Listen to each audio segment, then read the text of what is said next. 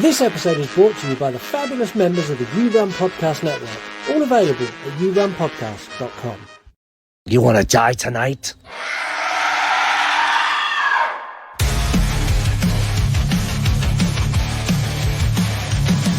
The dad jokes you tell sets the scene. I hang on every word lost in the screen. Your passion for fear is contagious enough. You make me believe in Marc's overblown roundups. You run podcasts for a movie review, unveiling facts and playing games too. Your words paint pictures of darkness and dread, leaving me grinning long after I fled. But oh, the You Run Podcast. 22, I'm in Paris, baby. They got strippers' tits in my face. Hello, and welcome to the You Run Podcast horror movie review. I'm not a big pop guy, but I like that jam at the moment when it comes on the radio as I'm driving to work. Do you like that? I've never heard it until now, but yeah, I quite like it. Like, I'm Yeah, in it's Paris, cool. baby, strippers' tits. Yeah, I've never really listened to the lyrics before. I think it's called Prada. I think that's what the song's called. is that what it is? I know that I had to cut it to a certain length so we didn't get copyright stricken, but I will play it again. 22, I'm in Paris, baby. They got strippers' tits in my face. Yeah, I've never heard the data version before. Obviously, when I'm driving to work, it's 6 a.m. So yeah, that was interesting. It's not playing strippers' tits for you. My No. name is Scott. And my name is Mark. We are a horror movie review show that releases every single Monday, and we review movies that you have chosen on our Instagram polls. Today is the first episode of September, and we are entering a brand new themed month. So after going far, far, far away from horror in July, and Mark taking us far too deep into the depths of horror in August, Kate, our Patreon member, used some exclusive power she has at the tier she is, and basically went, you guys don't know what the fuck you were doing, and took control over all of our polls and selected all of the movies, and subsequently gave us a month of pretty good films to cover, to be fair. Yeah. This month is going to be affectionately dubbed Kate Rules Month, because she does. One, because she's a member of our Patreon, and two, because she's managed to put together probably the most cohesive month we've had this year. At least this one actually makes sense. It genuinely does. We have a fabulous episode today. It's going to be full of laughter and fun and happiness and all those good things. We're going to start off with a brief synopsis of the movie, followed by a real look at what we liked, what we didn't like. We're going to talk about our favourite scenes. This is going to be spoiler heavy, so if you haven't seen it, do what you want. But if you haven't seen it, we're going to spoil it. I don't know if we agree on this or not, so there's a potential we may have an argument in here, especially if Mark comes for one of the cast members who I have a particular fondness for.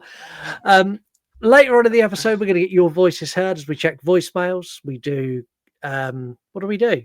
Cover notes.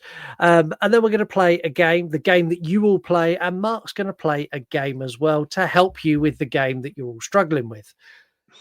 That was really more complicated than I wanted it to be. Yeah, I'm confused already. I'll figure out when I get there. Yeah, exactly that. Take a seat, grab a drink. It's time to get started. That's hot. That's hot. That's hot. That's hot. That's hot. That's hot. Oh, fucking hell, man. That's hot. The nostalgia I just had from hearing that then. That's really hot. That's hot. That's hot.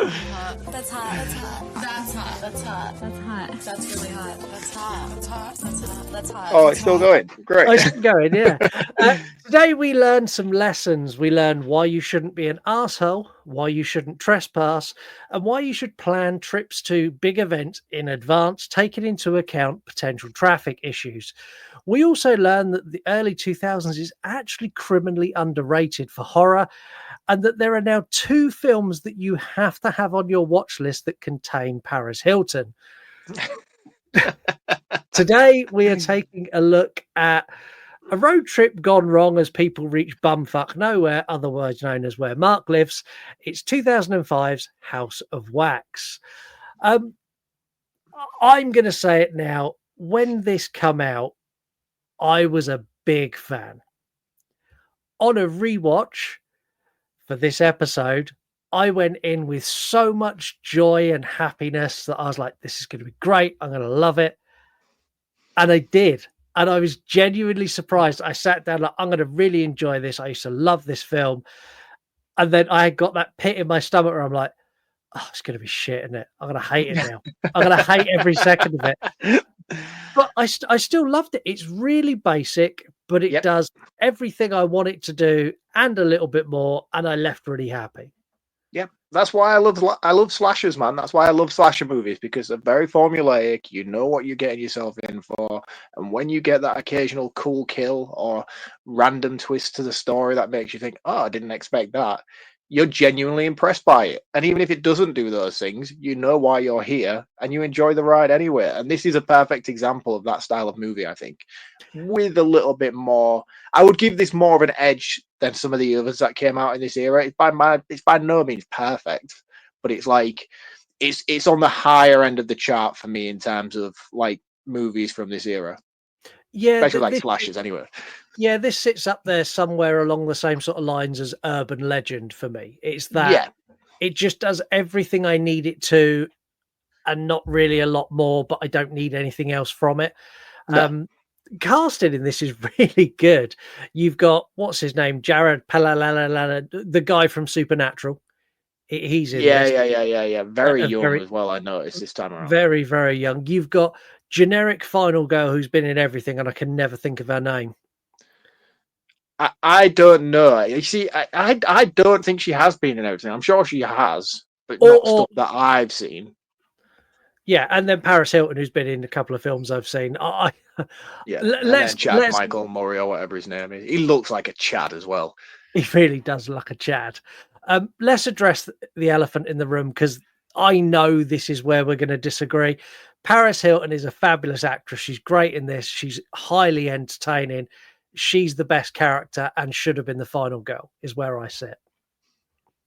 Definitely not. She's an airhead bimbo. I like Paris Hilton. I think she's very business smart. You know what I mean? I think she's a very intelligent woman. She's probably more intelligent than people give her credit for. Even though she is an air hostess. No, she's not. She's an it girl. She's an heiress. So what would you call it when you like inherit loads of shitload of money? She's an heiress to a fucking billion-dollar franchise.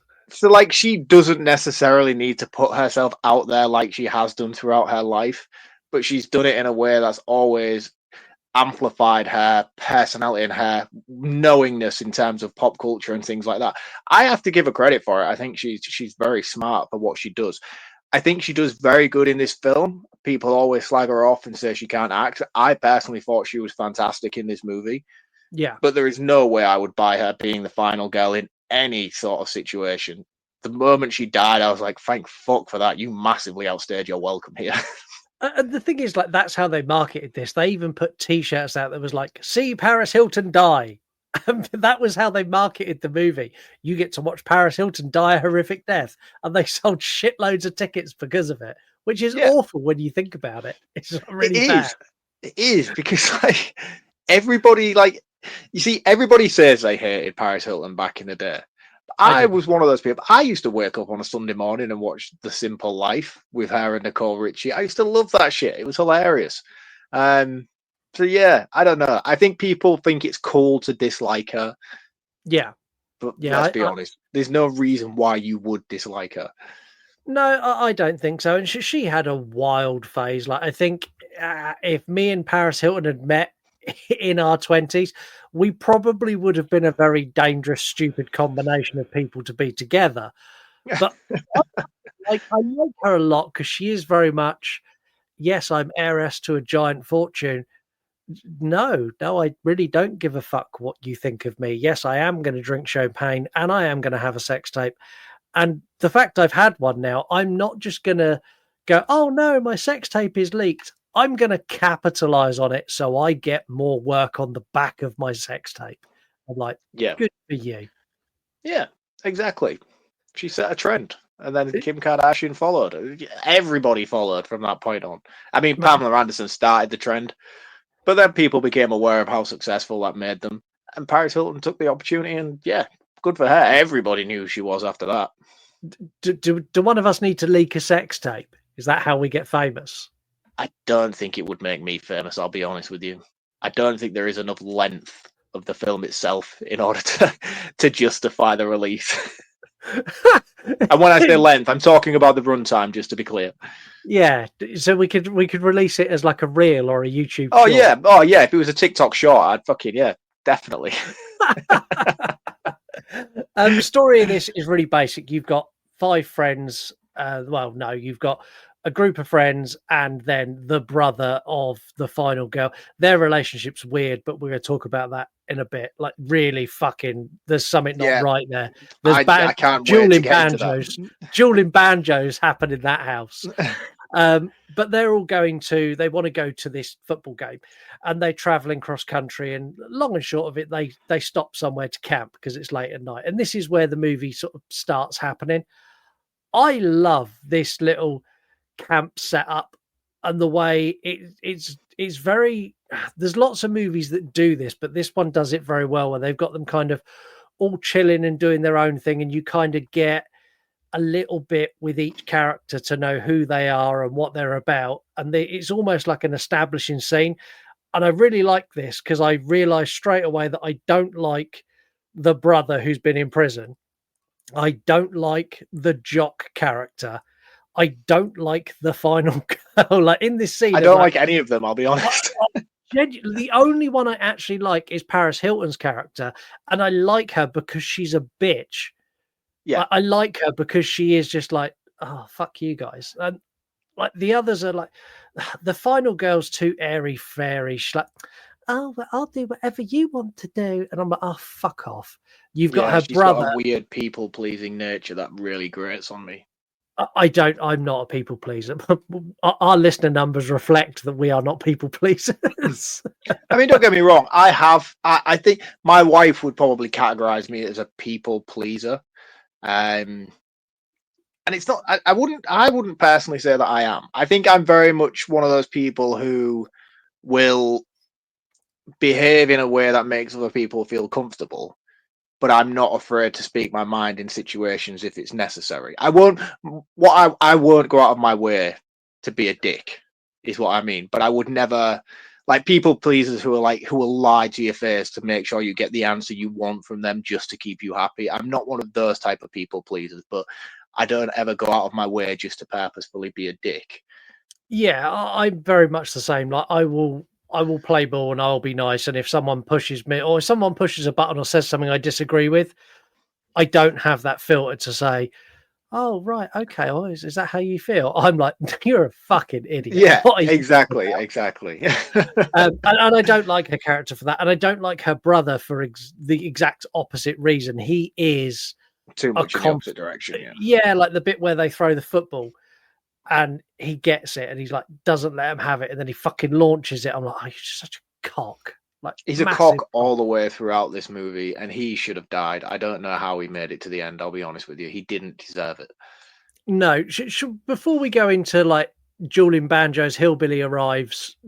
Should we talk about the brother-sister relationship here? Because I think they were written as a couple. It's just weird. The only on-screen chemistry in this entire movie is the chemistry between these two.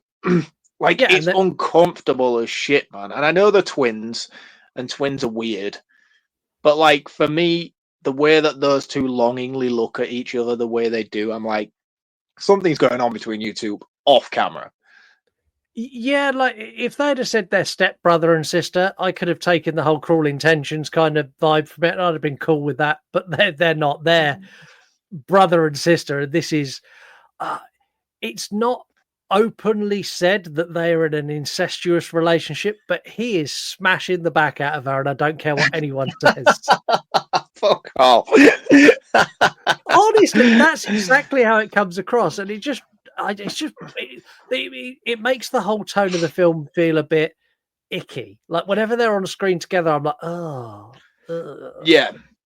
Like if he was like her boyfriend's best friend, and you'd be like, oh, he loves her, they should be together, that kind of thing. But no, they're twins, and it's weird, and it's very, very awkward sometimes in some scenes. I'm like, what? who wrote this? Like, who wrote this and who directed you to behave this way with each other on screen? Because the chemistry is way off from what you're supposed to be playing.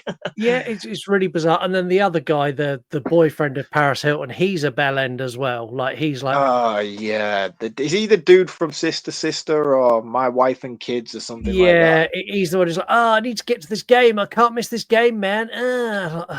That infuriated me so much in the opening, right? Because the reason they're down this campsite, this back road way, is because he's like, oh, I found this back road. If we go this way, it'll save us an hour.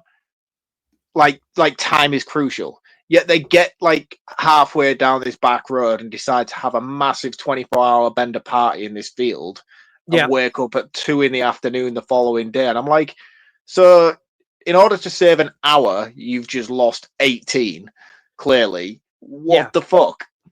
Yeah, and not only that, you get the guy who pulls up and shines the headlights at him, and this is where you get the brother being a dick who launches something at his car, and I'm like, oh, I just want the. No, I kind of liked it for that. Did you like? Yeah, you know me, I'm a red button pusher, you know, and in that situation, if someone's being intimidating, I'd be like, "What are you waiting for?" See, I'd just go over, stand by the side of his car, and go, "Are you all right, mate? Like, what's the problem? Turn your headlights off." I don't know. I like the aggressive nature of throwing the bottle at the car. I thought that was pretty brave. I like that. In general, he's a dick, but he gets a free pass in that moment. And he gets another free pass when he does something very dickish later on, but we'll get to that. I love the fact they keep getting this waft of smell, and then they go and investigate in the morning, and they find the pit of all the bodies. I love the fact she falls in. Like I can smell that coming. Every time I watch that scene, I can't remember which Chris Farley film it is, where he falls down the hill, but he just keeps going and going and going down the hill. I just think of that Chris Farley scene every time I watch this movie.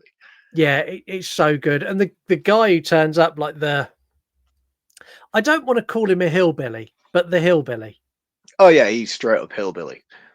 He's great, and that actor's brilliant. I think he's so good at that character, and the fact that they're so wary of him, and like they're like, oh, the bit of our cars stopped working, which has clearly been cut out and damaged. And he's like, I'll give you a ride into town. And then they're like, oh yeah, that's great. And the girl and her boyfriend, and like, we have wives. If it was you and your wife in this scenario, would you sit your super hot wife in the middle of this pickup truck next to the weird hillbilly? I mean, it's already a very weird, sketchy situation in the first place. I don't care how insistent my wife was in that moment. She would not be coming with me. I'd be like, no, you stay here with this massive group of people who are going to a popularized area. You go with them. I'll go with the creepy dude with the knife, and then I'll hopefully see you again. Yeah, see, I would be that. And if it was a point that there was no option, well, Lisa, come with me, she'd be sitting on the window side, not right next to him while he's looking down her top and like rubbing his inner thigh. Like that, they wouldn't be that close. Yeah, I really like as well where she falls in the pit and she's covered in blood, and I'm like, oh, this is weird because this is like an early 2000 horror movies, and the final girl isn't wearing a wife beater. Oh wait, no, here we go. She gets changed. Yeah. And she's in the full wife beater get up. I'm like, right, now it's a 2000 slasher movie. I know you're the one who's going to survive. Yeah, exactly. You know, Paris Hilton's the one who's going to die because she's wearing Ugg boots and a pair of hot pants. Like, yeah, a pair of juicy jogging suit or whatever they're called. I don't know. Are they juicy? Is it juicy? I'm not down with the kids, dude. No, I don't think either of us are now. We're both past that. I'm way past that now. Like I was going to say, you're a lot more past it than I am. You're having falls. I'm still steady balanced at the moment. Do you know? I'm so glad you brought that up because later we've got a voicemail where we have a voicemail about having falls. I'm really pleased you brought it up. You've made it a thing now. Oh, excellent. And you completely thrown my train of thought by saying that now because that's all I can think of now. Do I do it now? No, I'm going to save it. Save it to later. The town's awesome. This little hamlet town that they go to is fabulous. But before they get there, this bit of where like he pulls over and the road's a bit flooded. He's like, oh well, I need to do this, that, and the other. Like, no, let us out. And they go to get out and there's no handle. And she has the biggest fucking meltdown. Just let me out of the car. And he lets them out. And he's like, well, there's no need to be like that. Like, Yeah, I'm just trying to be nice. just trying to help you out. And then they walk over that like little bit Creek. of water. Yeah, little creek. And then they're instantly in the town. I like the fact they address the fact they're like, oh, maybe we were a bit mean to him for no reason. Yeah. Well, I mean, it turns out they weren't, but that's a fucking problem in itself later on. I do have issues with the geography of where everybody is. Because, right, Paris Hilton dies. We know that. We'll talk about it more in depth later on. When she dies, they've gone back to the camp. Yep. But, like, they needed a ride from the camp to get to the town to get the fan belt. Mm-hmm. But when Paris Hilton runs away from the camp, she takes a steady 30-second jog. And she's in the town. And is she in the town? She must be in the town because she's in Waxman's Batcave. Yeah. And I'm like, you would be able to see the town from the campsite. She's literally ran around the corner. I don't understand why they needed a truck ride to get there in the beginning. Anyway, it was a weird thing. And when it happened, it was only because I was like, hold on a minute. You were in the camp a second ago and now you've just ran to Waxman's Batcave, and I don't understand. Is this out of the town or is this in the town? Where are you? I don't know. And it was really confusing.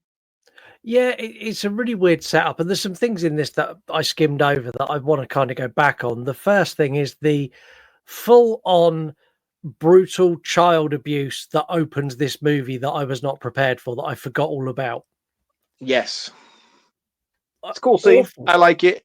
I like the twist that it develops into later on. But one thing I really like about this is how well shot this opening scene is. I mean, the movie itself looks great overall. I mean, the director went on to do some pretty impressive stuff with his career. The writer as well, who wrote all of the entire Conjuring movies to date, is a writer for this movie. The director, I can't remember what he did. He did some cool movies. He did like Black Adam, which was like probably the least impactful one, but the only one that I seem to remember. He had a couple more before that, like really important horror movies that you'd be like, what? That dude directed those movies? And I think this was his directorial debut. And you can see why he's had a decent career in Hollywood off the back of this, because it all looks fantastic. But again, this opening segment was what really made me sort of be like, whoa, this is very high end for this type of lowbrow movie that I'm about to watch. Yeah, he'd also done the remake of The Hills of Eyes, which takes a very similar tone to this. I thought that was the French dude, Adriano Dagides, the guy who did High Tension. I thought he did Hills of Eyes. Yeah, it's the same guy. He done High Tension as well. Oh, it's the French dude, right? Okay. Yeah. Oh, he did Black Adam. Yeah, oui. No way. Oui. And we still have quite a big percentage of our listeners in France. So bonjour. Bonjour. No way. That's cool, man. I did not know. I've not seen Black Adam. I know it bombed massively, but I did not know the guy who did High Tension was the guy who did Black Adam. It was only because I watched this last year and reviewed it, and I remember digging in a little bit about his sort of filmography. Surely the first thing I would have remembered was that he did High Tension and the Hills of Eyes remake, not the fact that he did Black Adam, the massive box office flop featuring Dwayne "The Rock" Johnson. The only good thing about Black Adam was at the end where Superman turns up and goes, you kind of need to behave yourself now. Like, that's the only bit of that movie that's worth watching. That sounds and cool. then after that moment, they cancelled the whole DC universe and started again. So it was irrelevant. I watched the new one the other night, actually. It was really all right, to be honest with you. Supergirl, great. The Supergirl movie is going to be movie of the fucking year, because if that's how she is, I want to see it. I think it is, yeah. It's just about getting drunk on other planets, as far as I'm aware. Fucking awesome. That's the film I want. Drunk and Supergirl. I think that's the kind of James Gunn level of sort of DC stuff we're going to get, which I love. I love his Guardians of the Galaxy stuff that he did. There wasn't enough of that here for me. And I think that's because it was so important for it to be so straight laced. There was enough of it scattered in throughout, but it was like oh no, I need to rein it back a bit. It's my first movie and I can't have everyone coming at me straight away. So he tried to play the Superman thing without being too much of his own lane. But that Yeah, Supergirl movie, you're right, that's going to be full. Right, I've done my first one now. It's been a success. Here we go. This is a journey. And it's going to yeah. be like just DC characters just getting stupid. Yeah, here's drunk Supergirl and Crypto destroying a planet because they got pissed and thought it was fun. Like that's the film I want. Yeah. Anyway, back to this Yeah, I was film. going to say, sorry, sidetrack. Practical effects are awesome. We're going to dive into that a lot more in a minute. The two villains in the town. So we meet the first villain who's in the funeral, who owns the garage. He is the least intimidating guy, and he's super greasy and super sleazy. But his behavior is nothing compared to the boyfriend who he's like, oh yeah, go up to my shop, I'll be up there in a minute, after they've interrupted a funeral. And then the boyfriend just goes through and like fucking opens the door and lets himself in and starts rifling through his shit.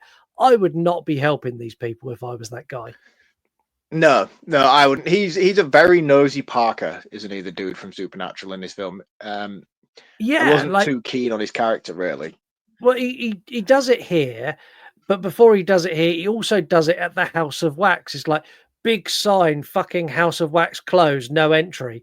He's like, oh, it's open. Let's go in and have a look around. Like, you're a dick. No. Yeah, and when he gets back to the cabin house thing, and he goes to the toilet, as soon as he deviates into a different room, I was like, you know what, man, you've had enough chances. This is your moment, and it was, thankfully.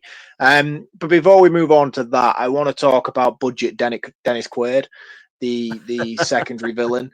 I'm not a massive fan of dual villains when it comes to slasher movies, especially when they do it for the purpose of retaining the intimidation of the ultra villain, which in this movie is Vincent. Yeah. The only movie I've ever known it work and ever known it executed well is in the Texas Chainsaw Massacre franchise, where you have like the Sawyer family and things like that. And it's kind of like that's the vibe they're going from here. And they use Burr, I think he's called in this film. Yeah.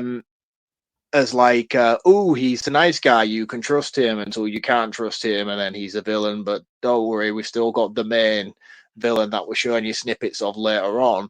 That annoys me in movies. I'm not a big fan of it. I know it works here because of the story purposes of the Siamese twins, and then again, the antagonist and the protagonist. The protagonists are both twins, and then it's a battle of good versus evil because they have that whole speech earlier on where Chad Michael Murray is like, oh yeah, I'm the bad twin and you're the good twin, and it's all a bit fucking sort of, it's well written, it's a very well written script, and it's there on a sort of surface level. It's just not executed very well as what it should be in the movie. This movie's as deep as a puddle. There is no exactly, but like there is glimmers of depth, and when I get them and you see them, you're like, oh yeah, I get what you're doing. Twins, good versus evil. When actually he's not the bad twin; they're both the good twins fighting the bad twins, and yeah, it works. But I as a rule, I'm not a fan of dual villains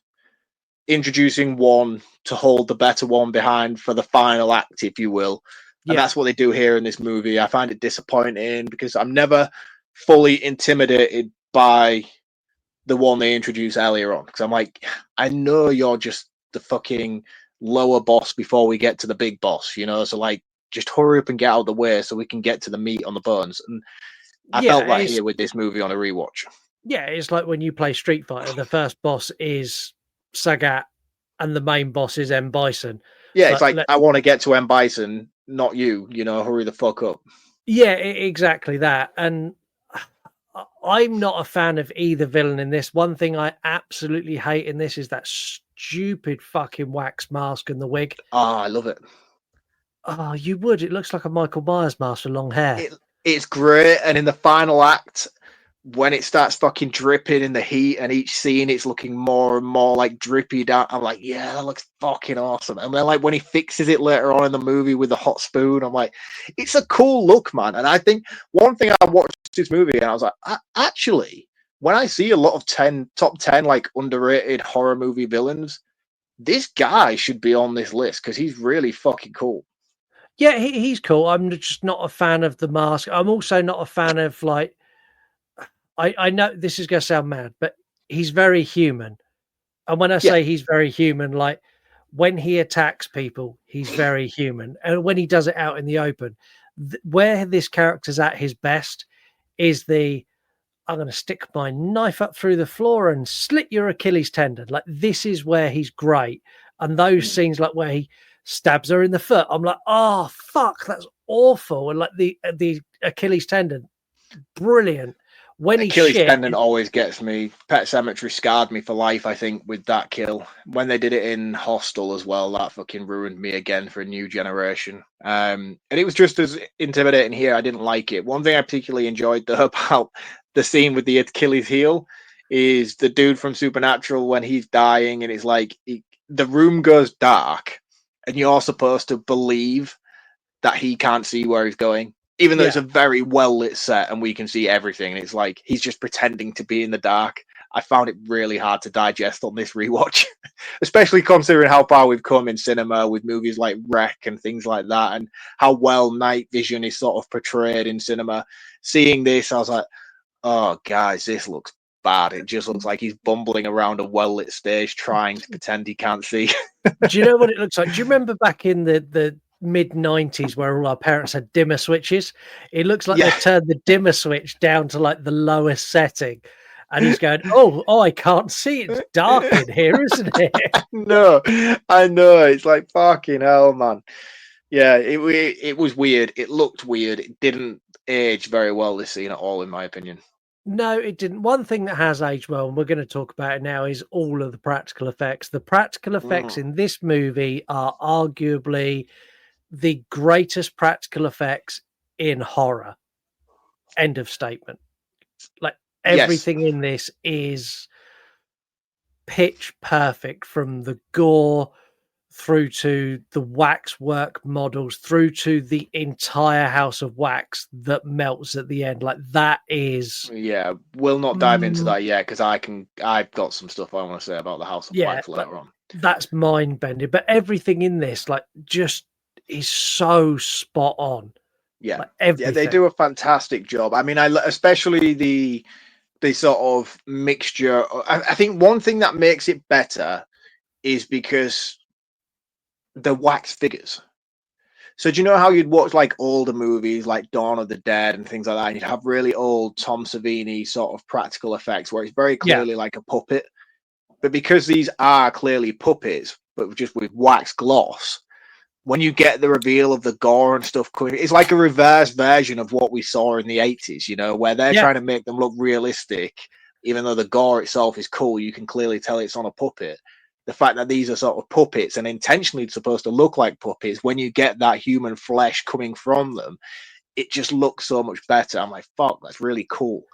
Yeah, and waxwork figures, as a general rule, are scary anyway. like if you go to a wax museum, like me and Lisa have done, like London Dungeons, and I've been to Madame Tussauds, and when you're near them and you sort of turn away, that bit where you catch them out of your corner of your eye, there's something really unnerving about them when they're looking back at you, and I don't like it. Like when we done London Dungeons in particular, no, it was York Dungeons we done. There's a bit there where you go through and it's like Jack the Ripper. We're walking through. There was a waxwork of Jack the Ripper stood against the wall outside the pub. As we walk in, that waxwork was a fucking man in a wax mask who touched me on the shoulder, and I nearly shit my pants. Like literally, like my stomach tensed so much there was nearly a cleanup on aisle 7. And like it was so well, because he's perfectly still. He's got like this waxy gloss to his face. Not even for a second did I assume it was a human. And as I walk past, just get this hand grip my shoulder, turn round, wax man is now 3 inches from my face. I almost leapt into Lisa's arms for her to carry me in like a Shaggy Scooby-Doo kind of moment. I have to wonder how many times that actor's been punched in the face for trying to pull that stunt. Because my immediate reaction would be, I would Bruce Lee the shit out of him straight away, you know? The thing is, like, that got me in, like, when I done London Tombs, I'd done that on a stag do, and there was a girl who crawled out from behind some big, like, you know, the meat, like, plastic meat sheets you get? Mm. Like I don't know what they're called. Like, they're like curtains, but they're big, thick plastic. Like, Yeah, there yeah, was a meat girl, sheets. Was yeah, great. yeah, I knew what you meant straight yeah. away as soon as you said Um, meat sheets. There was a girl who was dressed like a zombie, and as you walk through this bit, she come out of those at fucking pace on her Wow. hands and knees, like crawling. Drop kick. I pulled my leg back as she flinched, and then we had a moment where we looked at each other, and she laughed, and I laughed, and then we carried on walking through. But she came a millisecond away from being toe punted in the chin. So yeah, That's it, man. I think it's the risk you have to take trying to get into that kind of industry, unfortunately. Yeah, but wax workers in general are creepy. Like, when they're going around this house and you're seeing all these wax works, like, there is a moment where you're going, "Oh, is that a person? Is that a wax work? That looks like a person." And especially the scene where you've got them all sat up on the, like, lined up on the pews. Mm. I'm like, they look real. Like, Yeah. they're gonna move. Yeah, I mean the reveal when you get that first initial funeral scene, for me was fucking incredible, because I say to myself every single time I watch this movie, watch that first barge into the church and see if you can tell if they're real or if they're wax. Yeah. And whether they've actually put real characters in there and then switched them out later on just as that sort of illusional kind of thing. Never have. I always intend to and always forget to. But the second time they go into the church when she's looking for help later on, and then you find out that they're all like, the whole town is just this thing, and you get the woman at the window, like set up from Home Alone. I was like, fuck, man, it's so cool. It's such a cool reveal as well. Yeah, like the whole build up to this, like, because when you get there, when you first, like, see things happening in this town, it's a town full of people. At no point do you question that. No. When they do the big reveal that, no, they're all just dummies, you're like, oh, fuck. And then it's like, it's just these two guys. And all the way through, I was questioning, like, where's the weird, like, truck driving guy? Because I was expecting him to play a really integral part, and he kind of doesn't. No, he doesn't at all. I don't know whether they were intending a sequel on this, but I think the way the movie ends, leaving him hanging, didn't really serve a purpose. He should have come into it more. He should have been written into the story more, even if it was just to come in and get killed for trying to do something. I don't know. I think he'd have made a good, like, if they'd have made him actually good, and at the end he was the one who hooked him out and went, look, my family's a bit fucked up. Let me take you back to your car. Here's your fan belt. I've got your fan belt.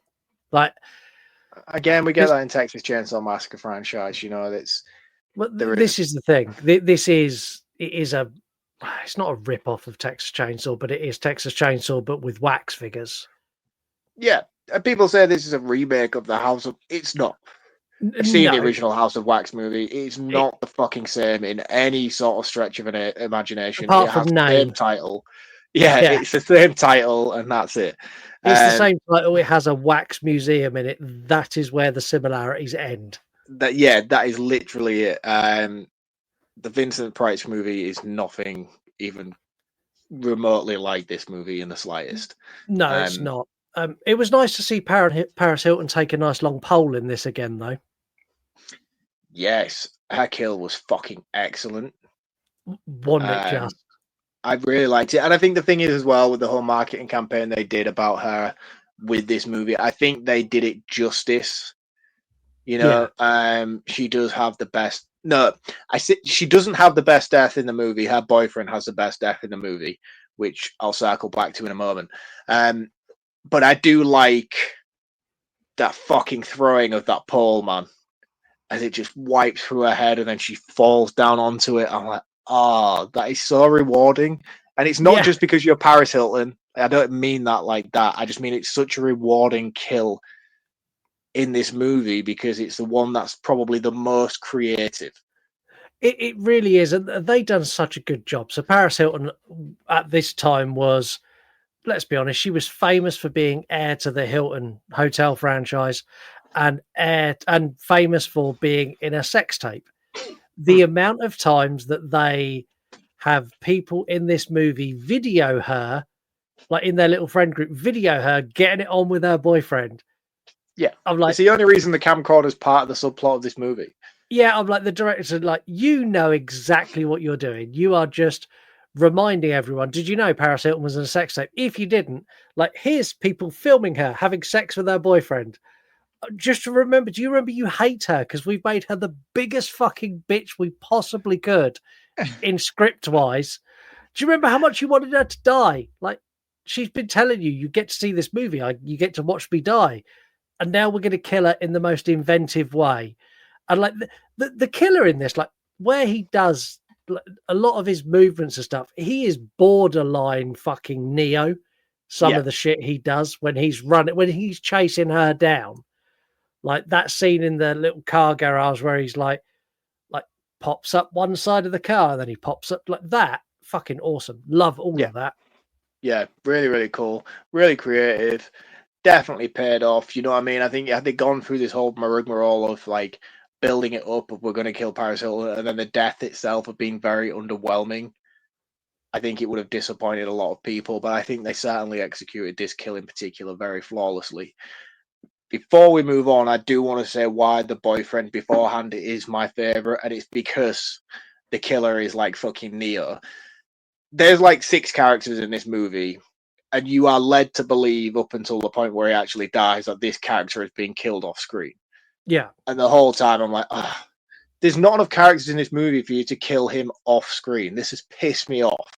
Yeah, and you see him lying on the floor, like gasping for air with a knife in his neck, which he got stabbed off screen. Yeah, it's like this isn't a Halloween movie. You can't do all your kills off screen. This is no. That's never how it works. And then you just all of a sudden Paris Hilton runs past him, not even giving a fuck. Not even like, I'm going to stop and help you, just bails. Yeah. And then he just walks past, and the knife, he just fucking stomps it into his neck and just kills him. I'm like, oh, do you know what? That's either really cleverly done to the point where you know I'm going to be pissed off because we didn't get the on-screen kill, and then you've immediately just pulled it back, or you just don't realize how cool what you've just done is. Yeah, and I think he does realize how cool it was. Like, there's so many things in this that he does that are really cool, like the whole like waxing a live human, like strapping him into the machine, pouring the, like all of that is really cool, and it's really sadistic. And I don't know if you have ever done the whole thing with the wax play. Have you ever done that where like sexually, like you drip wax on each other? No. Like, I'm big into wax, not in a sexual sense, but like in terms of like if there's a candle in a room, I'm like pouring that shit on my skin and peeling it off because I like it. In a sexual, when you see it in movies, I don't know what it is that I would get from it in that moment. Well, just so everyone knows, in case you just go and pick up your candle from the side and just do it, you need a special candle that the wax burns at a slightly lower temperature. Otherwise, you will burn yourself. It's not for me. I just end up waxy. Like I end up like, you know, when you get like an apple straight from the shop and it's got like that gloss of wax on it. Like that's how I feel when I've tried it. But there are lots of people that there's a whole subculture of people like this movie is probably the most fucking erotic thing they've ever seen. I mean, I'm not kink shaming anybody. You're into what you're into. You know what I mean? It's go for it. You only live once. But I personally don't get it. I don't understand what it is for me, right? Do you know what I always find really confusing about like these certain kinks that people are into, like asphyxiation or like latex suits and things like that? I'm like, what are you craving that's not satisfying you in general sex? You know, like, is your general sex life that bland that you need to hunt out these extreme, like, you know me, I've said in this podcast many times, I'll try anything. You know what I mean? I'm not saying I would never try or be open to giving it a go, but I'm never in a position in my life where I'm like, oh, do you know what? We should probably introduce this to the bedroom. You know, I think like we're missing something. We're missing that point where we wrap ourselves in a plastic bag and get a Henry Hoover vacuum cleaner and then just suck all the air out of it until one of us is about to pass out, because that's really going to get my balls tingling if you do it. Yeah, and I'm kind of the same. Like anything that I've done that's more experimental has kind of been like it's happened through accident. Like, oh, we're near the fridge. What's in the fridge? There's a strawberry in there. There's a bit of cream on there. Like, it's always been. There's been a reason for. Oh, there's a candle near me. Oh, I saw. It's a guy thing. It's like there's a candle that I saw it in a movie once. Like, give me that candle. Let's tip some of that on you. How's that? Like, it's more that kind of vibe as opposed to I go. I was thinking, right, I'm going to lay you down. I'm going to light a candle and I'm going to pour it all over you and then just see if you like it. Like, I've never had that No, conversation. it's just not for me, man. It's not for me. You know, dim the lights, get some sexy lingerie, let's get some Marvin Gaye on in the background. I'm good to go. That's all I need, man. I don't need this. Not Marvin this Gaye. introducing. You need Operation Blade and you need to keep up with that rhythm. No, man. No, it's not for me. It's not for me. You know, I'm a smooth lover.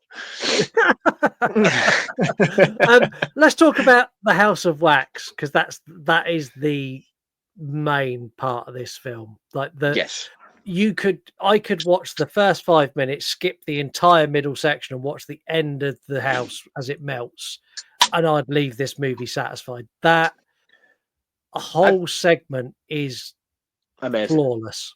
Absolutely pitch perfect. And you know what I mean? The thing is with this ending is no matter how dog shit the movie is before it, every time I see this final 15-20 minutes, I always walk away completely in awe of it. And I'm like, that was absolutely incredible that you executed that with such flawless set design, such creative ways of showcasing it. There's some wonky CGI in there these days, but when I first watched it, I was blown away by it. I was like, that is fucking amazing. And I say that saying that, no matter how shit the film was before, the film itself actually pretty cool. Yeah, it's good. But like this final scene, I'm like, wow, amazing. I always like every time the credits roll, I'm like, that was fucking incredible. The staircase in particular, the staircase melting and like the getting bogged down in like that is just, it's one of those scenes. It's a little bit like where you see the staircase in A Nightmare on Elm Street and she gets bogged down and you look at it and you're like, how the fuck did you do that? And there's so many effects in this final melting scene where you're watching things melt and fall apart and people getting stuck in it and people like slipping on shit and you're like, how did you actually achieve it? Because what it looks like you've done is it looks like you built a house out of wax and then you just turned the heating on. You just melted it with people in it, because that's how good it is. It's honestly, it's so cool, man. It really, really is. And like you say, it's certain things. It's not even just like the overall grandeur of it. It's like the little things that you pick up on. And as I said earlier about Vincent's mask, as it slowly, each time he comes on screen in this final act, it's looking more and more melted and drippy down his face. And then you see things like the floor starts to fall in as well. The same way that like wax on the, you know, like when a candle wax burns, then you get the top bit and it's all real soft and squishy and you can't help but poke it and touch it. It's all like that. And all I want to do every time I see the end of this film is just grab things and start squidging it. And do you know when you see those videos on Instagram, it's like, is it cake or is it real? And then they start cutting things like strawberries and it's an actual cake. It's like, that's the whole thing of this. And the entire ending of this movie is just like that. And I'm like, this is just so cool. Like, this is the most relaxing state I could be in. I know there's a killer trying to kill people, but did you see that wall? So what you're saying is, in this scenario, you wouldn't make any attempt to leave. You'd just be like, look, I could put my hand like all the way through the wall. This is really cool. Look at this. That's my hand.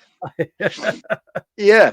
And I mean, again, like this movie as well, like I know I bitched and moaned about the two antagonists earlier on, but there's a lot of messages and sort of subtle calls to it in the ending that sort of kind of justifies it a little bit. One of my favorite ones is where he sticks his knife through the door and there's the wax babies in the cot. Yeah. And he severs just after Bo died as well, as if to sort of say like he's cutting ties from his twin, and he cuts through the wax statue of the two children in the cot, which we saw previously. That was really cool. And then when eventually Vincent finally dies, he falls through the floor and lands on top of Bo, and they sort of like seem together like the Siamese twins again. So what I'm trying to say is like the script is the writing of the story itself in this movie is very well done. It's just massively bogged down by generic 2000 slasher movie vibes. Because if this movie was remade by the same writer, I think it would be done exceptionally well by today's standards. Would you like to see a remake of this? I would indeed. I would love to see a more modernized budget involved in. If they can do this 20 years ago, imagine what they would be able to do with this end credit sequence. They said this final act now. I think they could do something amazing. They could, but now they'd CGI it all and ruin it. They would. This is very true.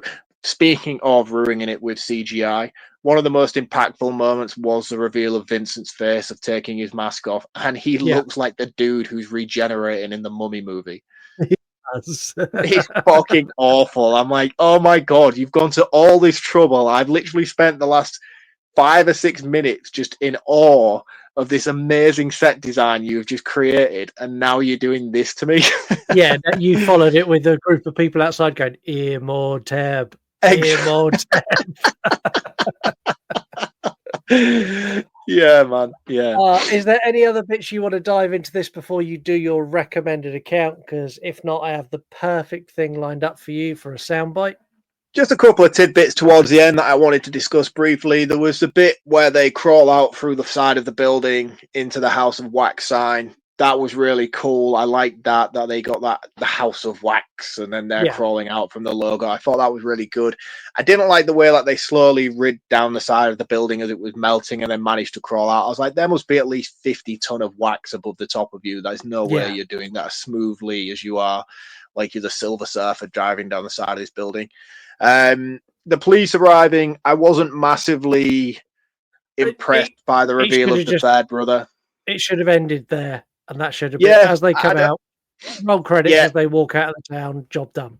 Yeah. Sort of like that Ghostbusters thing where they're covered in like Marshmallow Man at the end and just walk off into the distance. I would have been happier with that than I would have the police arriving, telling us there was a third brother. It turns out to be the hillbilly dude from the beginning, and he's just there smiling and waving. Another thing that pissed me off was that Chad Michael Murray went to all the trouble to nick the camera, and then we didn't get to see the footage of the camera because Vincent was the one who took it earlier on. It was just another one of those things that was set up that never got closed off, along with Paris Hilton's "I might be pregnant, I'll tell him when I'm sure." That annoyed me. I was like, where is this going? Why are you doing this? We don't need it. You don't do anything with it. What a waste of my time that was. Yeah. And if they'd that's it, I'm done. You done if they'd revealed that she was pregnant, because they never actually say she is, but if they'd revealed that she was, there's two ways they could have taken that. They could have either let her survive and saved the baby, or they could have done something really fucking brutal and killed a pregnant woman on screen. Either way, both of those things would have had some weight and some impact to them. But they just went, oh, she might be pregnant. We're just not going to tell you. Don't worry about it. It just served no purpose. It was completely pointless. Those characters of her and her boyfriend are not investable enough for it to be a subplot in the movie anyway.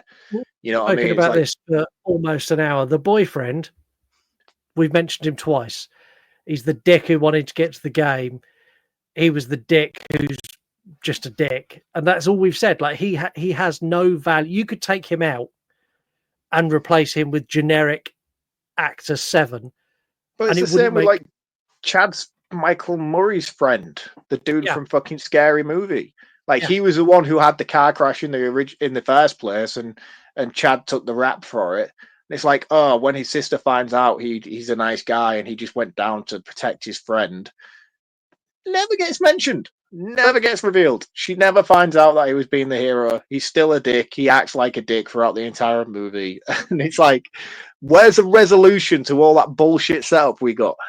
But then, is that something they had planned for House of Wax 2, which we never got? Yeah, but why? Why would they have a conversation about, oh, do you remember Paris Hilton from the first movie? She may have been pregnant, she may have not. We'll never know now because she's dead, but we did an autopsy and it turns out she wasn't. Hey! Yeah. It's like, what? Like, it needed to have context in this film and it didn't. It was just like, why? Why waste our time? Well, there is that. Anyway, time for Mark's recommended account of the week. I cast instant Brazilian wax!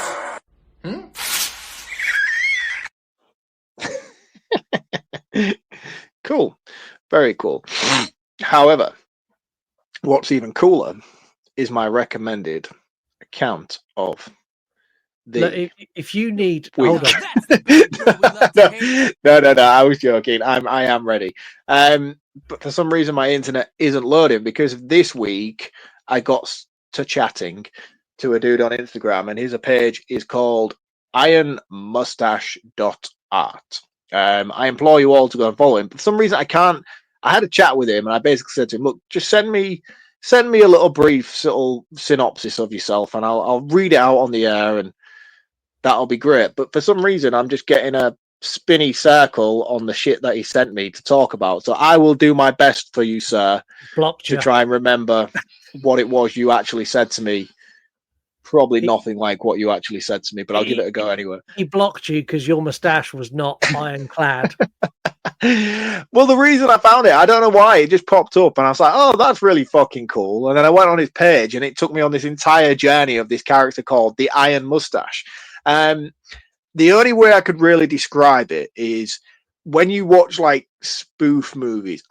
Tropic Thunder. So Ben Stiller's character in Tropic Thunder, when they have like those monologue moments of him like doing 12 action movie sequels of him like in certain locations, you get them a lot in like Family Guy and The Simpsons where there's that one action hero and they have like really ridiculous. The most modern version of it that I can explain to you is from the trailer of Mortal Kombat 2 with Johnny Cage's character. Yeah. And he's like doing all these different like sequels. And it's basically an account like that for a guy called the Iron Mustache. The guy who makes this account is a German fella. We love the Germans here. I just don't know what his thought process was with it, but I love it. He created this character and he puts like cinema posters for like sequel movies that he's been in. So the one that I can show you now is like Alpha Clash 20 of him riding a hippopotamus with a Thor's hammer. My initial thought process was like, oh, that's AI. Like, I like the incentive, but it's a bit lazy. It was like, no. Like, when I first started, I would type this shit into AI and they would work shit. It was never how I wanted to be. He painstakingly makes each individual poster on like a pit. I'm like old school. Adobe. I'm not very good with. I have no idea what Adobe is. Microsoft Paint is basically my knowledge of doing shit on a computer. So he paints all I can envision is him doing this on Microsoft Paint and the fucking strength and triumph that he must have had to go to get it to come to fruition. It's really incredible. It's really, really talented and such an incredible guy for doing something so entertaining. I hope this guy gets picked up and the movies are made of the Iron Mustache because I would follow that journey to the end of the earth. I think it'd be really fun. You could be cast as the Iron Mustache. I should be cast as the Iron Mustache. It's a cool account. The guy's a really, really cool dude as well. And I'm sure I'd really appreciate the support from all of our listeners. So please go and check him out on Instagram at ironmustache.art. Let me personally know what you think of this page because it's just one of those ones that very randomly pops up, which is really worth a lot of people's time that I don't think it's quite getting the reception it deserves. So check him out, ironmustache.art on Instagram. And as always, let him know that the Urine Podcast sent you there. Drop him a like, drop him a follow. Be much appreciated. We all love an anniversary. We all love a big celebration of a big event, which is why you should go and listen to Release Date Rewind, because that's exactly what they do. They find movies that are celebrating 20th, 30th, 40th, 50th anniversaries and then talk about those movies and go back into the history and how they've become beloved, iconic movies. And they do every single genre of film as well. So go and check out Release Date Rewind.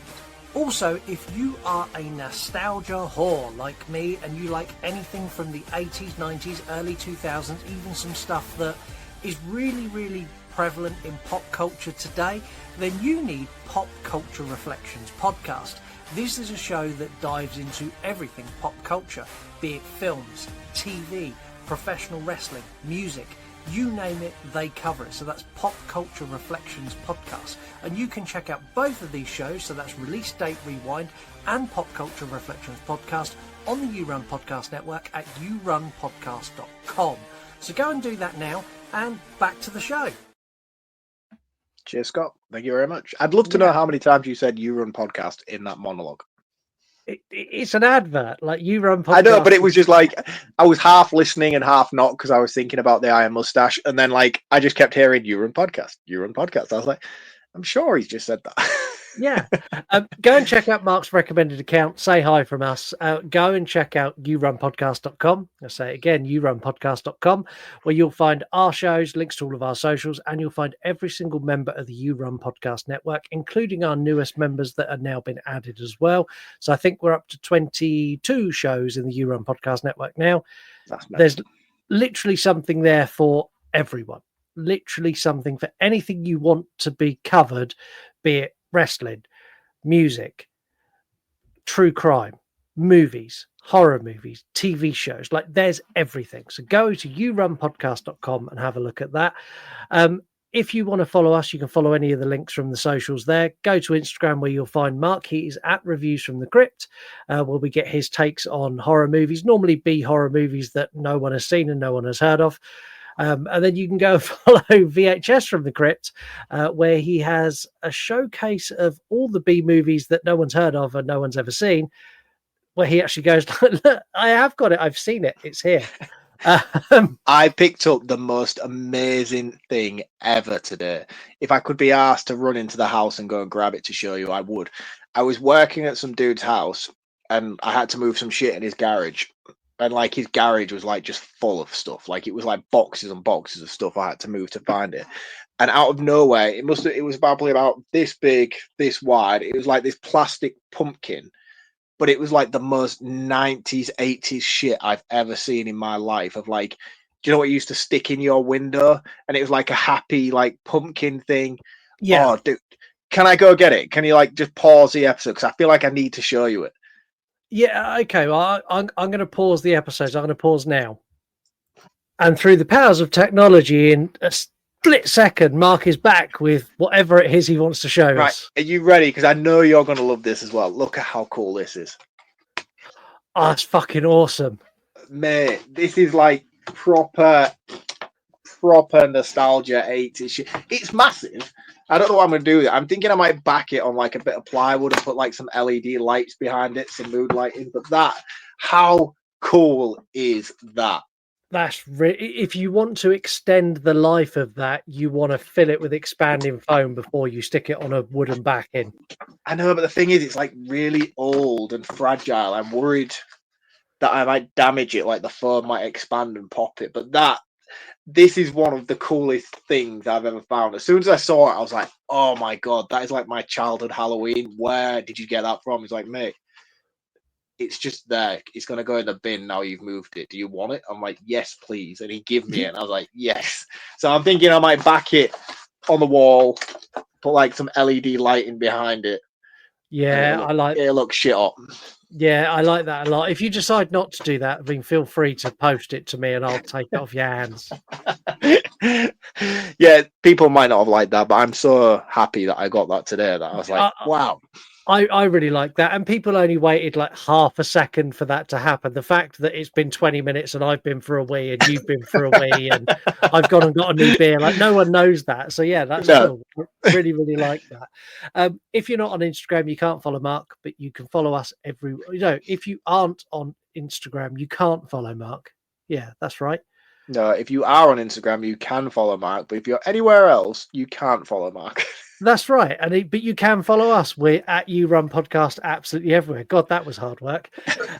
If you'd I've like thrown us off with a break now, haven't I? Yeah. If you'd like to support the show, you can do that at patreon.com/You Run Podcast, where you can subscribe to various different tiers where you get everything from early release episodes. Even if you're a free member, you get an early release episode every week.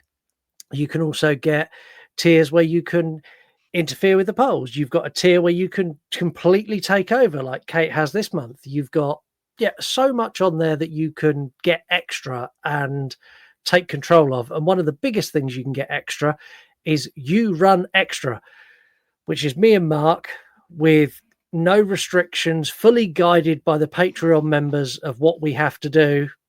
And it just goes everywhere. Our latest episode is about Dexter, the TV series. In an hour and 40 minutes, we spoke about Dexter for 23. Yeah, it's usually just full of chaos of me just being like, "Oh, dude, I got this today."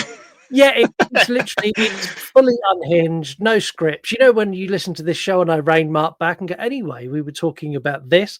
Like, that doesn't happen there. We just talk about whatever. So go to patreon.com/You Run Podcast, where you can join a really, really cool community of people and get involved. Yeah. If you can't join Patreon, it's free. But if you can't do that, even though it's free, you can do the other free stuff to support us. Tell a friend, share an episode, leave us a 5-star review on Apple or Spotify. That really, really helps the 5-star review. So please go and do that. And let's dive into some really fucking cool facts. A lot of these we've probably covered in our discussion, because I'm just give them a quick once over now. I'm like, we've been really thorough this episode. So aside from the title and the setting of the Wax Museum, this has no connections with the original film in terms of plot whatsoever. Have you seen the original? I have. I really like the original. Yeah, it's quite cool. Have you seen the original, the 1930s? I mean, to be honest, I think it's the 60s. 1953 is the Vincent Price one, which is awesome. The Vincent Price one. So the one that is a remake of is the 1930s movie called The Wax Museum. It's basically the same movie, just reshot, featuring Vincent Price. It's a cool story, man. I liked it. The guy who's in the wheelchair who was a wax maker, and then they dig up cadavers to sort of house them in wax. It's cool. But yeah, it has no resemblance to this movie whatsoever. But this movie was branded as a remake. Yeah, which technically, I guess it is. You called it the same thing, but it's a little bit like me making a movie. It'd be a little bit like them doing another Halloween movie, but having Jason Voorhees in it, and they called it Halloween, so it's a remake. It's that. No, it's not. It's basically making Halloween 3 and then saying, not that I'm beefing on Halloween 3, it's a legitimate sequel in the franchise, but it's like saying that Halloween 3 is a remake of Halloween 1. It's basically what it is. Yeah, pretty much. This got really poor reception when it was released. Massive. It done really well at the box office and then gained a cult following shortly after when it went to home release. Widely loved now. This got panned by critics. Critics hated it, and this is one of the few movies where critics went, "This is shit." And as a community of horror fans, we went, "You don't know what you're talking about. This is great. No. Shut up." Yeah, who was leading the charge on that? Robert Eggers. Yeah, I have beef with that dude on this show for some reason. You do. If we ever get him as a guest, I'm just going to just disappear and just leave you two to it. Is he still alive? Robert Eggers, yeah, he's still alive. Jared Padalecki, I can never pronounce it. Padalecki, this is the guy from Supernatural, and Paris Hilton would later appear in Supernatural in 2005 in an episode all centered around a wax museum. Cool. Which is really cool. So Paris Hilton was asked openly, like, the scene where you're being filmed having sex in this movie, is that a reference to your sex tape? To which Paris Hilton replied, that was already in the script when she first got it. Bullshit. No, wait. It was already in the script. When the director was asked if he had anyone in mind when he was writing the script, he went, this part was written for Paris Hilton. Exactly. Which I thought was really, really good. So this is very factual, so I want to make sure I get this right. On the 26th of June 2004, a soundstage being used by the film burnt to the ground when they were testing special effects equipment. The fire was started by a candle that destroyed a studio at Warner Brothers Movie World on Australia's Gold Coast. One of the crew members was treated for burns on his arms and no one else was treated. The smoke reached a highway almost 7 miles away and the studio was shut down. Warner Brothers sued the special effects artist for $7 million, which was later settled out of court. Wow. So the House of Wax was burnt down by someone fucking around with a candle. The irony. Exactly. So when they got stuck in the wax melting, on the bed, they filmed that. What do you think they made the wax out of? It looks like cake. It's peanut butter. Oh, that must have I have a real thing about peanut butter.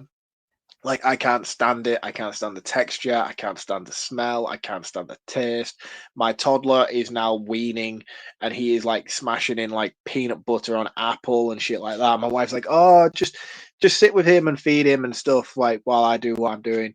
And he's like diving into this peanut butter. He's got it over his face, over his hands. And she's like, oh, just clean him up and that. I'm like, no, I'm not touching him. I will clean dirty nappies all day long. But I am not going near that shit. It stinks. It's awful. It gives me the ick even thinking about touching it. I don't know what it is. I just do not like peanut butter, man. So laying in a bed of it will be an absolute no for you. Like, I would rather lay in a bed of spiders than go and lay in a bed of peanut butter.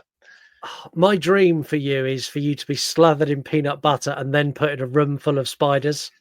Like if you ever wanted to visibly make me sick and completely infuriate me to the point where I'm like throwing punches to the throat, stick your fingers in some peanut butter and then wipe it across the brow of my mouth. I would lose my shit. We said in the church you were never sure if they were people or they were waxwork, and you keep missing it when you go back on a rework. These were people. They were actually people wearing wax masks. Ah, right. Okay. Yeah. No, but what I mean is like if you watch that first scene, are they actual like real cast people, actors without the wax aesthetic? No. So they were actors in their wax mask. They filmed those scenes back to back. So they filmed one scene, then they went straight back in and filmed the other scene. Paris Hilton was given special permission to sell T-shirts that read, "On the 6th of May, watch Paris Hilton die," to promote the movie. The ending sequence of the house burning down is often cited as one of the finest use of practical effects ever shot on film. Quentin Tarantino quoted this as the greatest use of practical effects in film history. Yep. I mean, it's a bold statement. I'll be honest with you. It's a very, very bold statement. But I can understand the awe that people witness when they're seeing this scene play out, why they immediately like, that's the greatest thing I've ever seen. I don't know how they did that. I don't know why they did that, but that was cool as fuck. When you're going up against movies like The Thing, this is better. That end sequence is better. As a standalone sequence, there's some really cool shit in The Thing. But as a one sequence with so much going on, that has it for me. I mean, we spoke about this movie off air. And I said, like, no matter how shit the movie is before it, that end sequence is just fucking outstanding. Yeah. And it is. It's just because it's the House of Wax from 2000 era, and people are like, this is the greatest thing put to cinema. It's a hard pill to swallow, but I get it. Yeah, exactly that. Final one. The film's soundtrack has a track on it, and this is used when Paris Hilton's character is chased. The track is called Paris Gets It.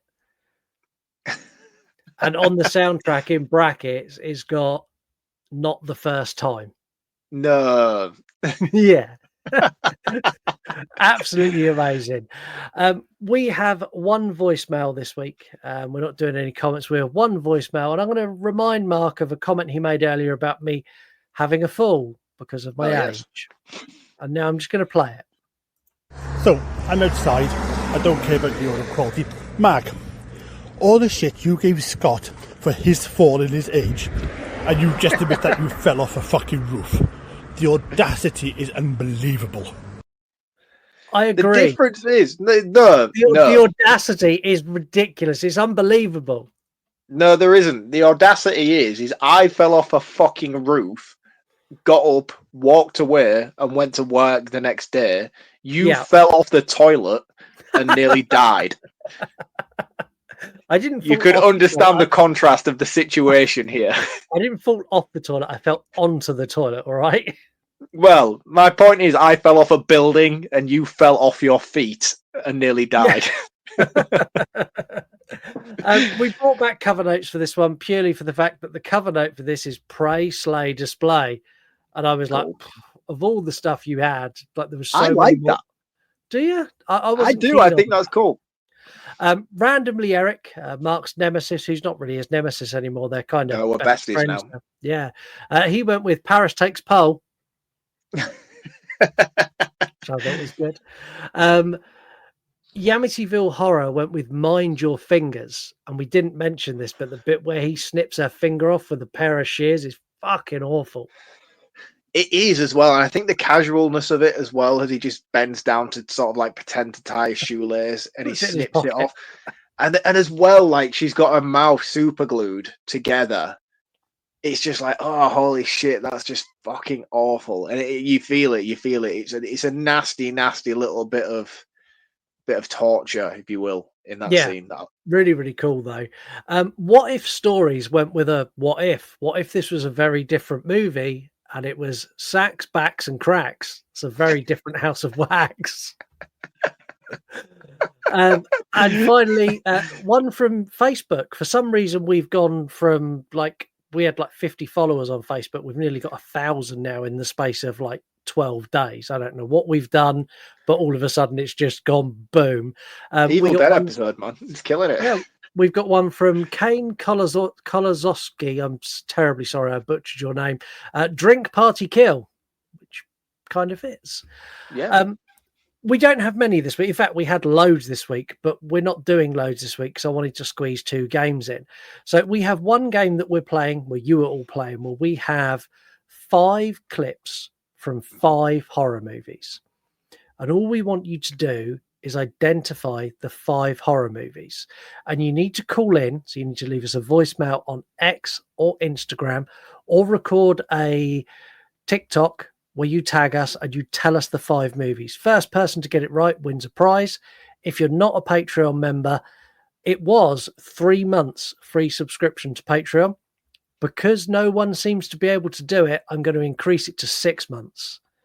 And if you are already a Patreon member, you get a super special prize, which is all over Patreon at the moment. It's a big thing. Like the things that people can do with the prize there, where we can basically, we'll give them whatever they want on video. Like the conversations that have gone in and around of how many different ways they can make Mark say how great Jaws is and how bad Deep Blue Sea is, and how many ways they can get me to say that I love Halloween 4. Those conversations have been quite entertaining. So I'm not actually an active member on Patreon, which is about to change, by the way, because I've just bought myself a laptop, mainly because I'm pissed off about what's going on screen at the moment and I can't fix it. So I bought a computer. Currently, I'm just rocking a tablet, but actually, no, my business requires me to need a laptop, so I bought it for that purposes, even though I used it as an excuse. For some context, Mark says he's not an active member of Patreon. Mark is gifted, as obviously part of the show. He gets a free subscription to Patreon forever, and he's not signed up. No, but that's my point. That's what I'm going to say. I am now going to actively become a member of Patreon because there's some shit going down there, and I feel like I must be the butt of the joke every single time you sign on to that shit.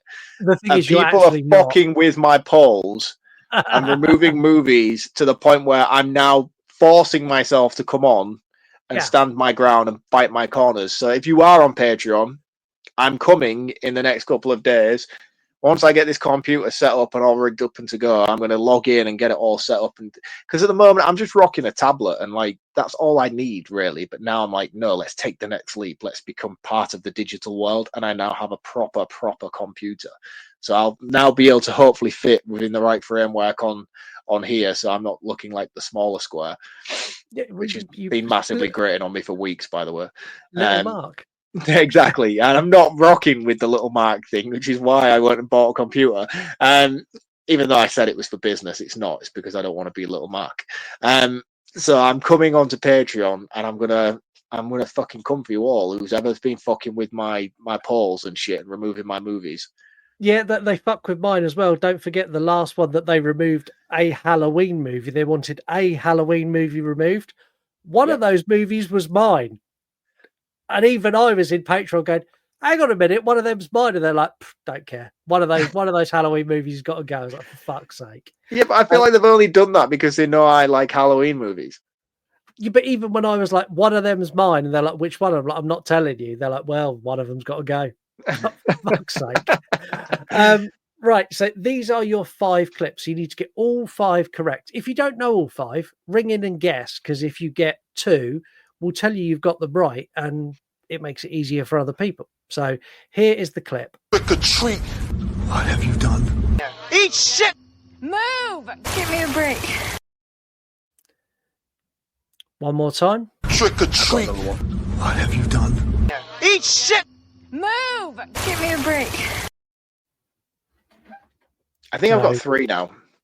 Yeah, there are some people who've been messaging me, and there's some voicemails we have next week where people have had a stab at this, and people have got a couple right. No one's nailed it, but we're going to start getting closer. So remember, voicemail, X or Instagram or a TikTok, and all you need to do is name these 5 movies. Trick or treat. What have you done? Eat shit! Move! Give me a break. I know 4, but I can't picture what that second one is, and I want to, like, if you said to me, like, voice it and tell me where your logical brain's going with all of these, I feel like the stuff I would say would make the get you listeners there. members go.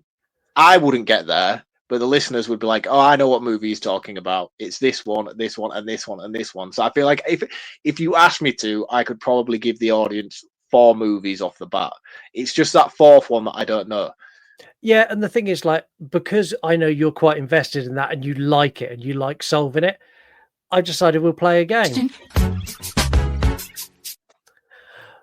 I'm going to play you clips from movies one at a time. And all you need to do is tell me what movie it is. They start really, really easy. They get really, really hard. You've got 6. Cool. I'm going to ask you to predict how many you're going to get out of 6. I'm gonna get 6. You're going to get 6 out of 6. No, I'm definitely not, but I'm gonna give it my best. Well, I'm not going to be really petty either. So, like, for example, if it's a movie in a franchise and you say the franchise, I'm going to give it you. Like, Right, if it's a Halloween clip and you're like, oh, it's Halloween, I'm not going to go, which Halloween is it? Because that's just petty. Yeah, okay. So here's your first one. Hello. Do you want to play a game? That is from Saw. Is from Saw. Like I said, starting off really, really easy. We have such sights to show you. That is from Hellraiser. Is 2 for 2. Hello. Is that it? Hello. Yeah. That is from Scream. Hello. It is. This is where it starts to get a little bit harder. Your first 3 are really easy. This is where it starts to take a step up a gear. I had to search the bowels of hell. Ooh. Play me that again. We've reviewed it. I had to search the bowels of hell. I've had to search the bowels of hell. Yeah. Like, usually I would be like, oh, it's a Hellraiser movie, but that can't be a Hellraiser movie because I've just done a Hellraiser movie. It's not already. Hellraiser. But it also sounds like John Larroquette from the opening of the Texas Chainsaw Massacre. Do you want me to play it again? Yeah. I had to search the bowels of hell.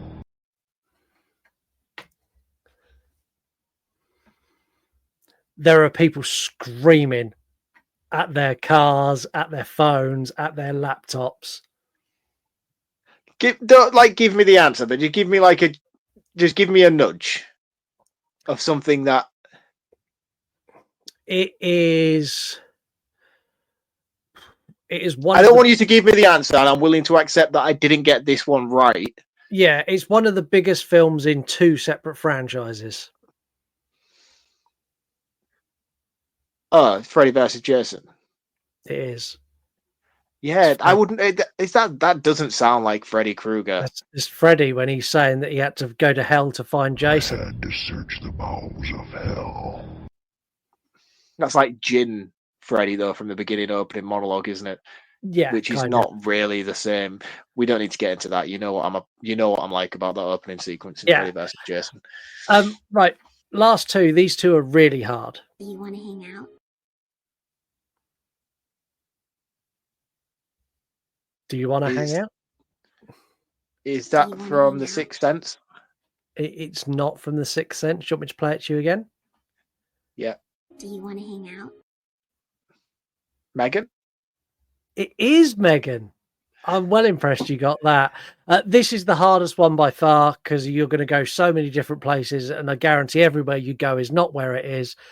You have seen this movie. We have reviewed this movie together. We both loved this movie.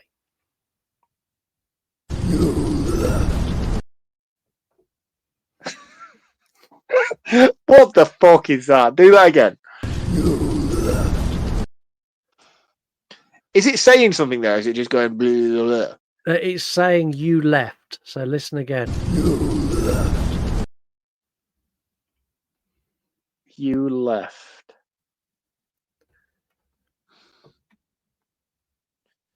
You left. Play me it one more time.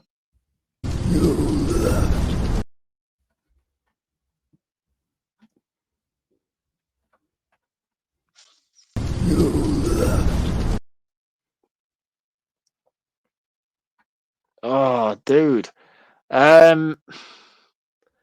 We reviewed it and both loved it. How recently did we review it? Tail end of last year, and both of us thought we were going to hate it.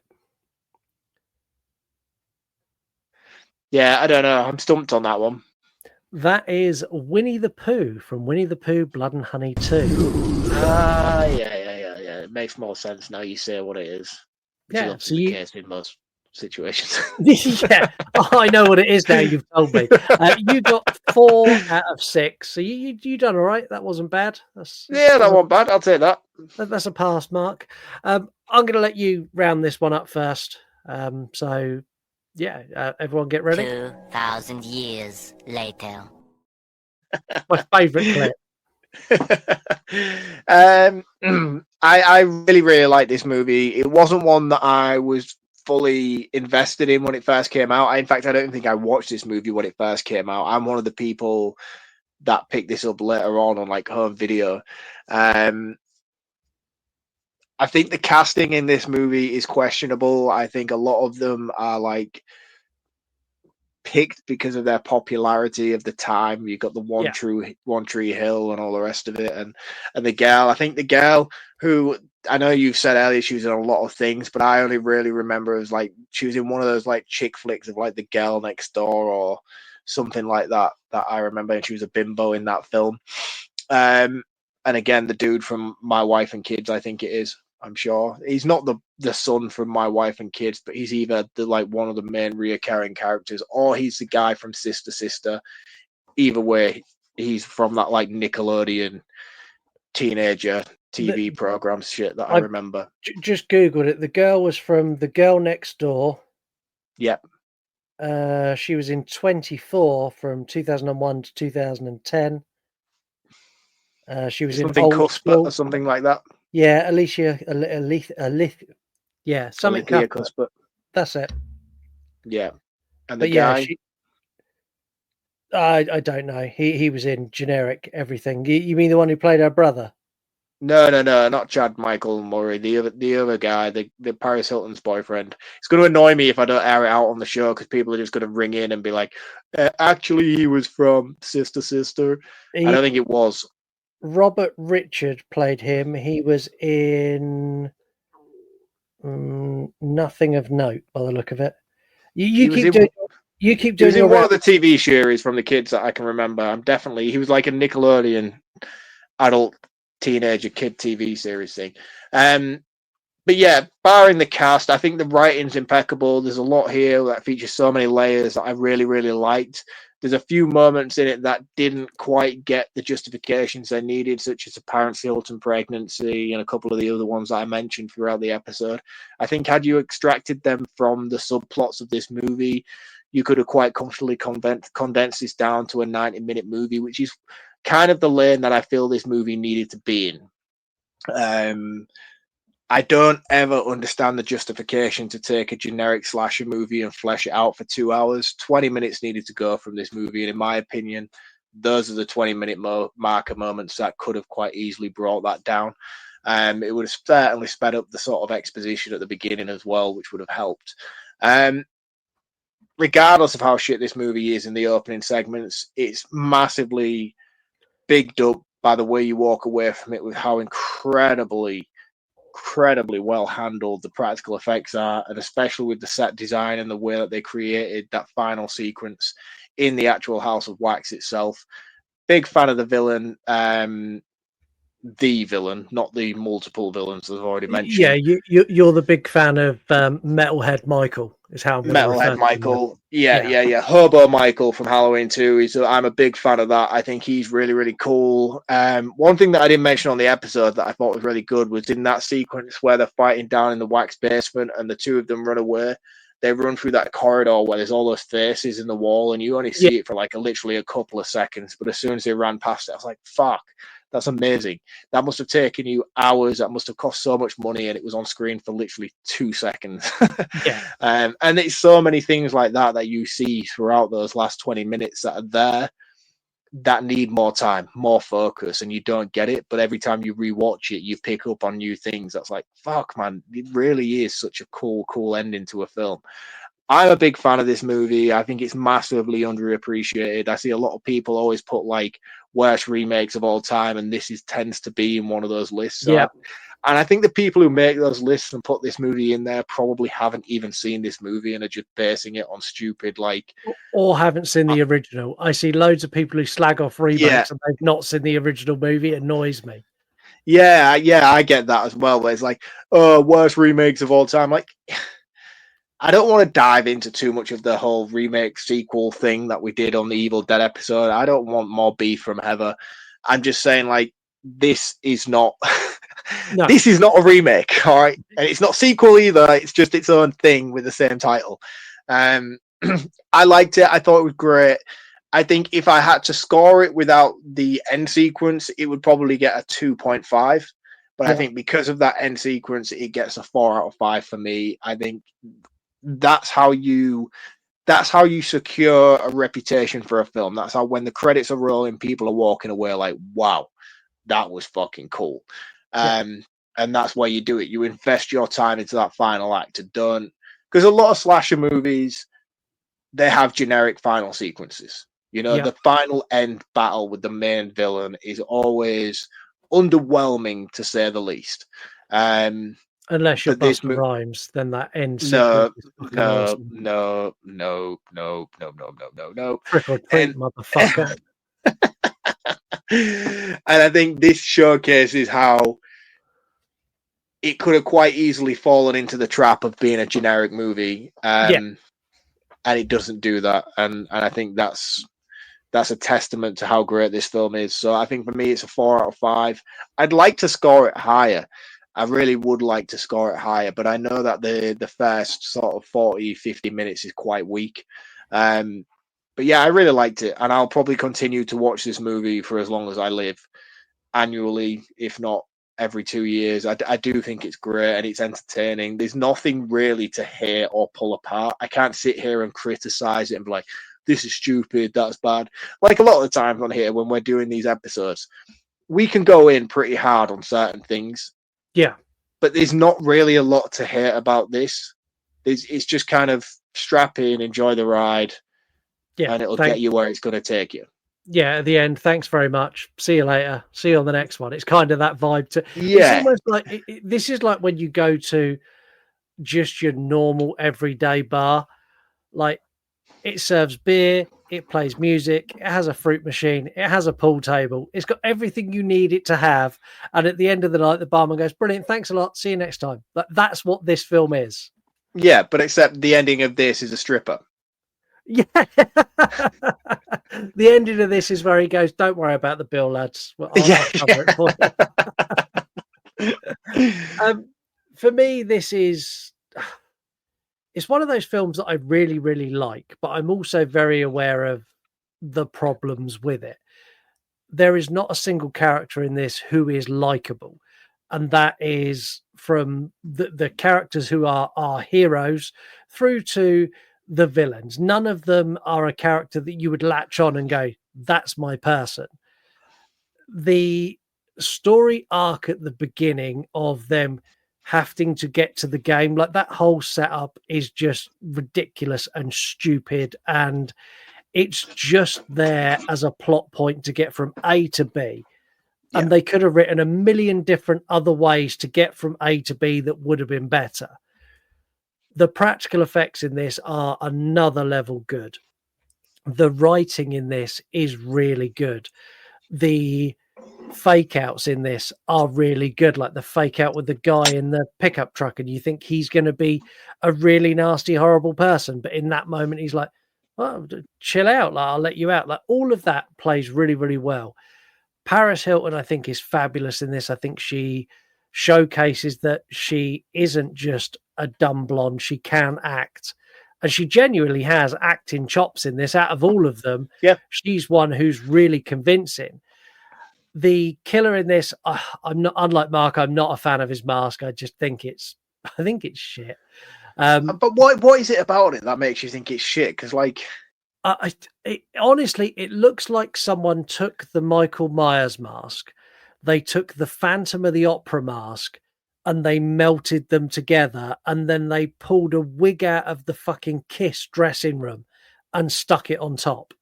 It's just like a Ozzy Osbourne looking at that picture in the back now. It does a little bit. God rest his soul. Poor Ozzy.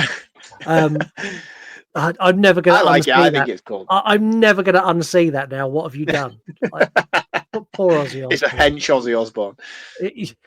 It's a hench Ozzy Osbourne who's got a proclivity for wax. I really enjoy this film. It's silly. It's goofy. It's daft, but it's actually got a very dark undertone in it, and that kind of mesh of the two works really, really well. I'll watch this again. I had no major issues with it, minus what I've said, which again I'm nitpicking. Yeah. I'm doing the same. Like, I always enjoy. I never like watch this movie, and even though I've spoke about, oh, well, why did they take the back road, and oh, your sister loves your brother. You know, like, I'm not watching it and being like, oh, this is fucking annoying. This is ruining it for me. I'm just talking about it for the podcast purposes. But for me, when I watch it, I genuinely enjoy everything about it at the time. Yeah, the only thing that rubs on me a little bit the wrong way is the brother and sister who rub on each other the wrong way. Like, that's just weird. But overall, it's a 3.5 out of 5. Like, I don't score it as high as you, but I'm a slasher guy though. Yeah, it's a solid slasher. So yeah, if you've not seen House of Wax and you've listened to all of this episode, you probably don't need to, but I'd go and watch it anyway because it's really good. Also, go and watch the 1953 one for no other reason. In fact, do them as a double bill. Yeah. For no other reason, but I want to see people's reaction when they come back and go, "That's not a remake," because it's really not. No. That's it for another week. Do not despair. We will be back next Monday with a brand new episode as Kate continues to rule the roost. Kate has managed to get a revisited episode, which we've not done for a while, a movie that we covered way back when I covered it before you joined the show. It was one of the I was going to say, episodes. I didn't do that one with you, did I? No, so I done this with Heather. When I recorded this with Heather, I recorded the opening of the show from the woods in the middle of the night because we're going to be covering the Blair Witch Project. Cool. I know how much you love this movie. This is one of your favorite movies of all time. You saw how giddy I was when I met some of the cast at For Love of Horror. I did. And I'm sorry in advance.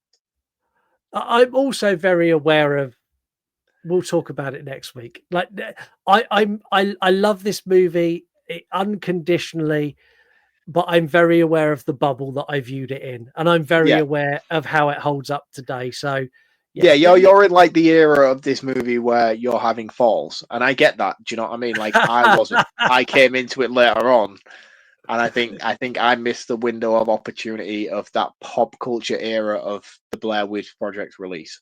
Yeah, I think you did, and we'll talk about it all next week. But until then, have a wonderful week. Go and check out House of Wax. Go and check out Paris Hilton's other movie because that's also very good. I can't recommend One Night in Paris more if I tried. And yeah, have a wonderful week, and we'll see you next time. Cheers, guys. See you next week. You want to die tonight?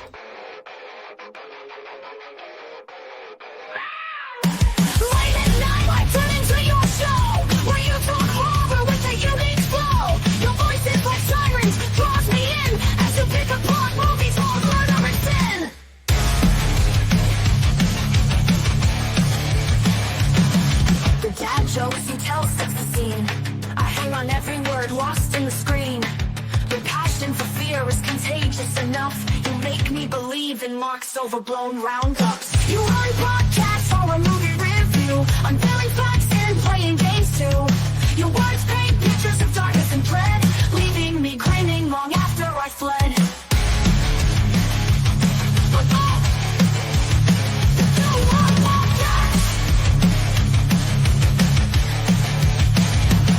You run podcasts, horror movie review, unveiling facts and playing games too. Your words paint pictures of darkness and dread, leaving me grinning long after I fled. Thank you for taking us on this chilling ride, when nightmares roll free and comedy collide. With your podcast we laugh and cringe, but your content is so good we can't help but binge. You run podcasts. You run podcasts. That's hot. That's hot. That's hot. That's hot. This is hot. That's hot. That's hot. This is really hot. That's hot. That's hot. That's hot. That's hot. That's hot. That's hot. Turn it off. That's really hot. That's hot. That's hot. That's hot. That's hot. Oh, it's hot. No.